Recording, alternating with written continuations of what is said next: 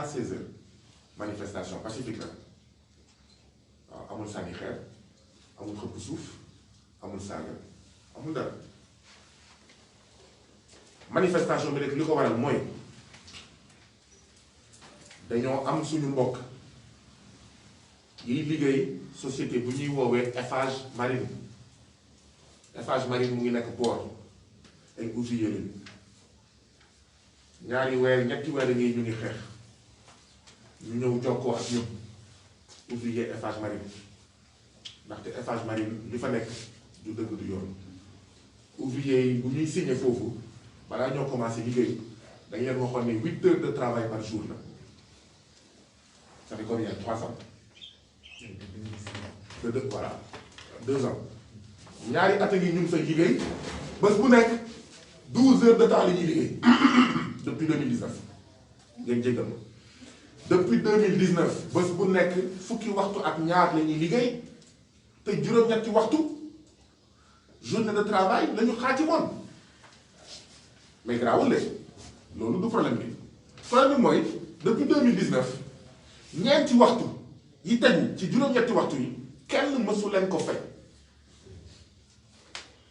léegi nag waa Eiffage Marine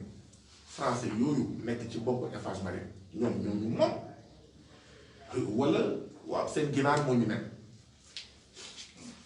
ministre du travail am na Sénégal wala amul Sénégal président de la république ñu mu ne seetaan ni juróom-ñetti waxtu la ñuy signé par jour fukki waxtu ak ñaar la ñuy liggéey kenn mësu leen fay waxuma 4 heures de temps mais même 4 minutes de supplémentaire waa Eiffage Marine noonu la ñuy xeex depuis ay mois ñu naan déet weer bii bu ñu leen fayee ci misaal 10 000 weer bii di ñëw ñu fay leen 11 000 weer bii di ñëw ñu fay leen 9 000 weer bii di ñëw ñu fay leen 8 000 maanaam salaire bi daal taxawul waaw xëy na français yi bu ñu kontaanee ñu ne fay nañu 7 000 ci misaal laa wax weer bii di ñëw ñu fay leen 6 500 maanaam salaire bi taxawul liggéey ko fi Eiffage Marine nag déedéet lii da ngeen ñu déedéet du lii la ñu signante salaire bi day taxaw et cetera ñuy xeex di xeex weeru koor nag liggéey Eiffage Marine dafa métti weeru koor ndaxte doo xam ni ngay wooree amul pause amul dara même pour dog sax jafe na même pour dog ñaari at yi ñu jàpp nag mais tubaab yooyu français yooyu waaw bu dee fullaluñu suñuy diine ñun fullal nañ suñu diine bu fekkee dama bëgg a liggéeyloo ñoo xam ne du ñu jullit wala du ñu leneen nañu dem ci beneen réew moo tax ñuy interpellé waat ministre du travail ak président de la république tubaab yooyu ce sont des racistes ce sont des colonialistes ni ñuy toppatoowee seen xaj biir entreprise bi moo gën ni ñuy toppatoowee liggéeykat yi ku sëkkat ñu dàq la ñu nekk ci biir xeex boobu ñu may leen 4 semaines pour ñu régler affaire bi préfet jàpp si keneen ak keneen jàpp si ñu naan déet bu ñu nee suba la 1er mai ñu dàq un des principaux dirigeants des travailleurs de Eiffage Marine muy André Mendy ñu dàq ko am na nag lu ñuy lay xaw ma faute grave ak faute lourde ak waaye coow li dañoo jënd syndicalistes yi kenn waxatul dara liggéeykat yi taxawal seen collectif mais comme yéen syndicalistes yi yëngatuwu leen ñun dinañ yëngatu parce que lii mënul continuer comme dañ leen tuuf ngeen di lekk te kuy lekk du wax ñun liggéeykat yi jël nañ suñu taxawal collectif ba mu bokk si njiit yi waaw lenn rek moo tax ñu dàq ko mooy xeex bi da leen tiital lenn rek moo tax ñu dàq ko mooy pour tiital yeneen liggéeykat yi leneen bu ngeen sëkkatee li dal André Mendy moom moo ñu dal donc licenciement arbitraire licenciement abusif inacceptable waaw suñu mbokk yi nag ne dañuy marche dañuy manifester ndaxte tous les travailleurs de Eiffage Marine sont en danger sont en sursis waaye tous les travailleurs du Sénégal sont en danger sont en sursis ñun comme dañuy liggéey ak ñoom ñu ne waaw nañu manifester waaye manifestation yi bu mu nekk rek manifestation waa Eiffage Marine na nekk manifestation waa Thiénaba ñi nga xam ne am na problème sàccum suuf bu ñu moytuwulee ñi nga xam ne am na problème saytuwin seen carrière ñu nekk ci naka waaye tamit manifestation bi na nekk manifestation waa Jaxaay ñi nga xam ne dañoo tojoon seen kër Pikine ak Guédiawaye depuis 2005 16 ans état amal leen kër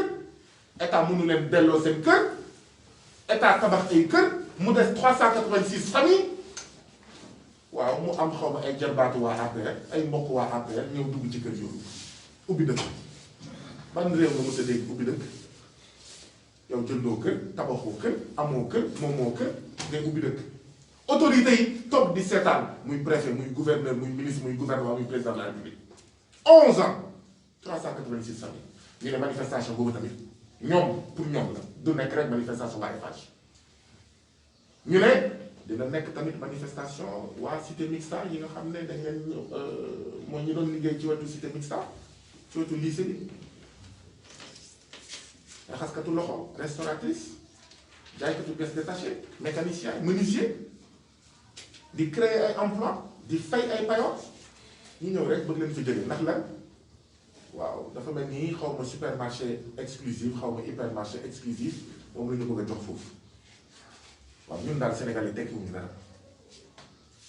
ñun à la limite bañu ñu magasin de grande surface yi ñëw Sénégal waaye bëgguñu seen teewaay fii mel ni golo bay baabu dundee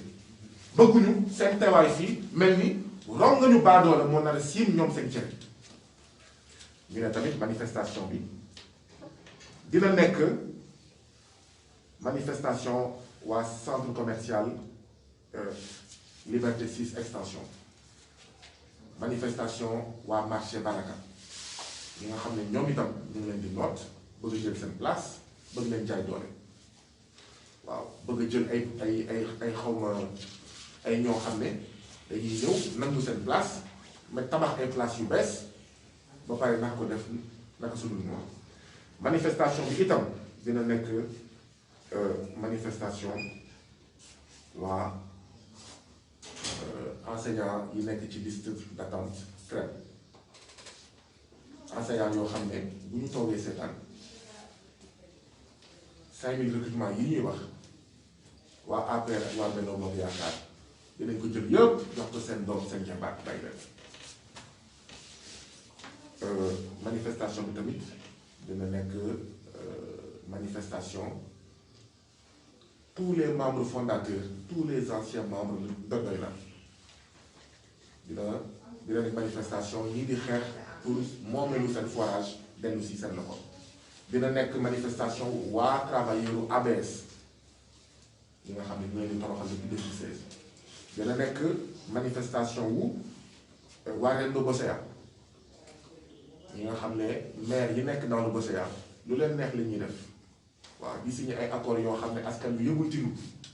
waaw bu ñu moytuwul sax ñu garantie nit yi fay yeewoo waaw du ñu informé du ñu wax dara manifestation boobu dina nekk suñu manifestation ñun ñëpp collectif des animateurs culturels ex-contractuels de la Senelec ak ñoom seen donc suba samedi 8 mai de 13h à 16h dinañ def rassemblement ca place de l'Obélisque bu ñu ko suñu doole mayee ndaxte batterie yi wax dëgg yàlla mooy commencé na jeex ñu dox diggante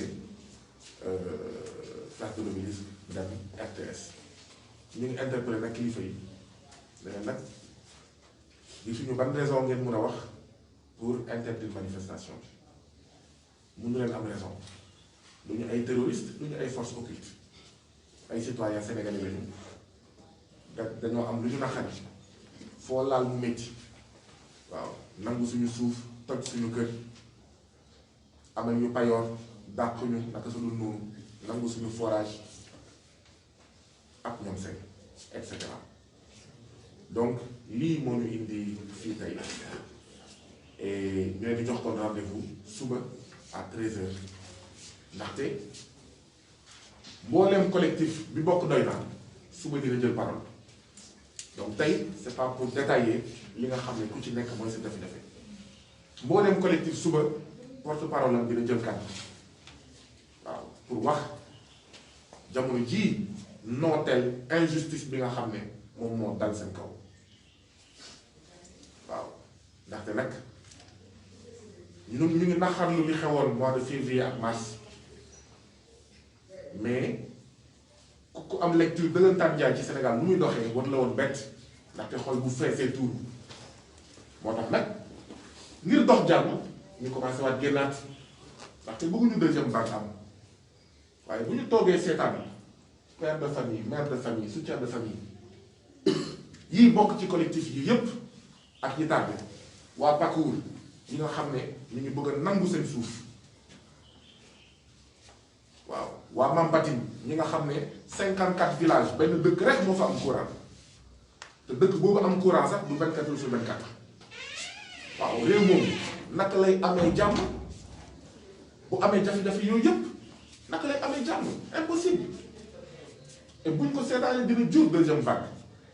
donc ñun dañuy dox jàmm dañuy artu te bu ñu bëggee jàmm foog mu am dëgg pas de justice pas de paix justice bu amulee jàmm mënul am jàmm li ko lal mooy bañ a salfaañe àq ak yelleefu doomu aadama jàmm li ko lal mooy respecter droit wu citoyen sénégalais lii yépp nag ay atteintes flagrantes violentes aux droits des citoyens sénégalais. Nous sommes ici aujourd'hui pour nous adresser à la presse. Nous, Front Multilutte Doïna, profiter de l'occasion qui nous est ainsi offerte pour dire que nous remercions tous nos amis journalistes, tous les citoyens sénégalais qui nous ont exprimé leur solidarité quant aux événements de Niani. Ce n'est pas l'objet de la conférence de presse. Vous comprendrez alors que je ne puisse pas m'éterniser sur cette question-là. Cependant, c'était important pour nous de vous remercier de la sollicitude, de vous remercier de ces mots, de ces gestes de sympathie à l'endroit des membres du FRAPP qui ont été violentés de manière barbare, de manière criminelle, il y a 2 jours à Niani. Merci beaucoup pour ces marques d'affection, pour cette attention à l'endroit de nous, membres du FRAPP, à l'endroit particulièrement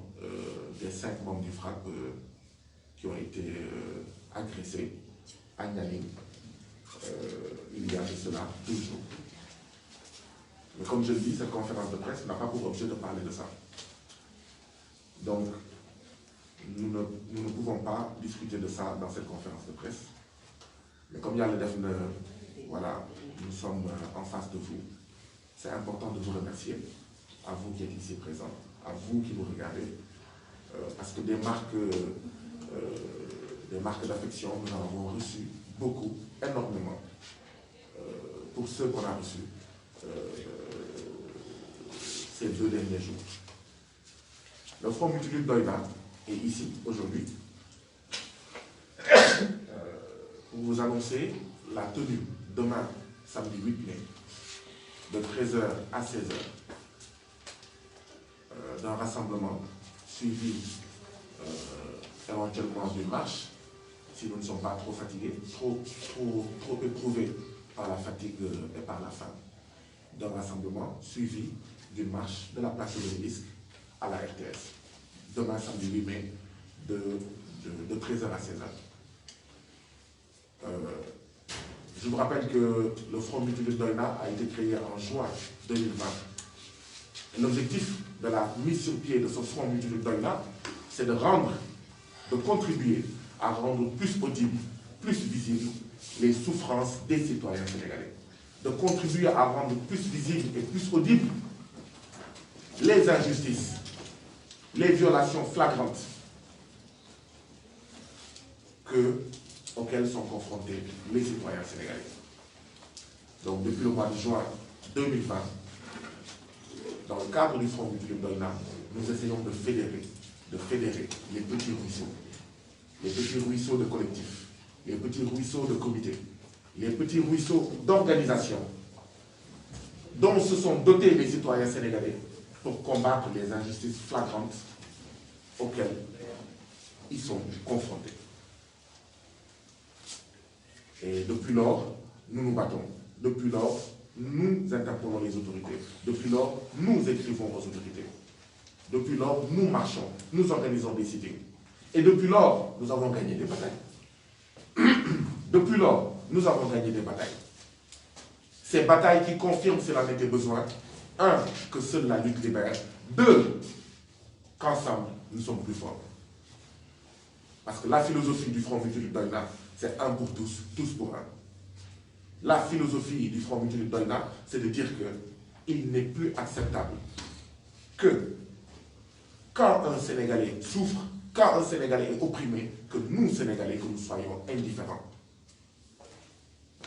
Se taire et ne rien faire face aux souffrances des Sénégalais opprimés et qui se battent